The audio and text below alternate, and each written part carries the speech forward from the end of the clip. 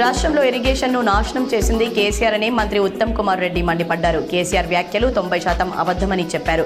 కృష్ణా జలాల విషయంలో మోసం చేసింది కేసీఆర్ ప్రభుత్వమే. కాళేశ్వరం తెలంగాణకు గుండెకాయ అన్నారు.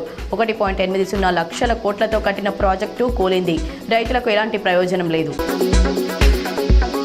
రాష్ట్రంలో ఎస్ఐఆర్ పూర్తయితే ఎన్నికల పరిపాలన కొత్త యుగంలోకి అడుగుపెడుతుందని సిఈసి జ్ఞానేష్ కుమార్ తెలిపారు. త్వరలో రాష్ట్రంలోనూ ఈ ప్రక్రియ ప్రారంభిస్తామని ఇవాళ హైదరాబాద్ రవీంద్ర భారతిలో బిఎల్ఓలతో భేటీలో వెల్లడించారు. ఇక్కడ ఓ బిఎల్ఓ సగటున 940 మంది ఓటర్లు ఉంటారన్నారు.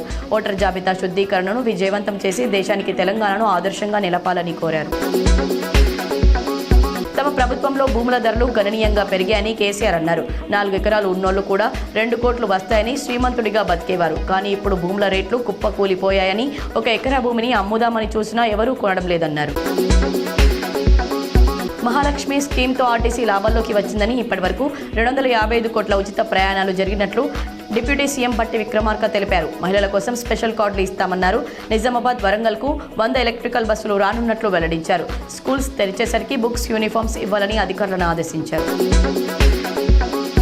రాబోయే 20 రోజుల్లో పాలమూరు రంగారెడ్డి ప్రాజెక్టు పరిధిలో 3 సభలు నిర్వహించాలని బీఆర్ఎస్ పార్టీ నిర్ణయించింది. తొలుత మహబూబ్ నగర్, ఆ తర్వాత రంగారెడ్డి, నల్గొండలో సభలు నిర్వహించాలని పార్టీ విస్తృత స్థాయి సమావేశంలో నిర్ణయం తీసుకుంది. కృష్ణా జలాల సాధనకే పోరు చేయాలని పార్టీ నేతలకు కేసీఆర్ దిశానిర్దేశం చేశారు. రైలు ఛార్జీలను రైల్వే సవరించింది. 215 కిలోమీటర్ల కంటే ఎక్కువ దూర ప్రయాణాలకు ఆర్డినరీ క్లాస్లో కిలోమీటర్కు 1 పైసా చొప్పున పెంచింది. మరోవైపు mail, express, non AC, AC తరగతులకు కిలోమీటర్లకు 2 పైసల చొప్పున ఛార్జీలను పెంచింది. ఈ ధరలు ఈ నెల 26 నుంచి అమల్లోకి వస్తాయని ప్రకటించింది. ఈ మార్పులతో 600 కోట్ల ఆదాయం వస్తుందని తెలిపింది. నిజామాబాద్లోని గాంధీ విగ్రహం ఎదుట కాంగ్రెస్ నగర కమిటీ ఆధ్వర్యంలో ఆదివారం కాంగ్రెస్ శ్రేణులు నిరసన చేపట్టారు. కేంద్ర ప్రభుత్వం జాతీయ ఉపాధి హామీ పథకంలో మహాత్మా గాంధీ పేరును తొలగించినందుకు నిరసనగా ఏఐసీసీ, టీపీసీసీ ఆదేశాల మేరకు ఈ నిరసన చేశారు.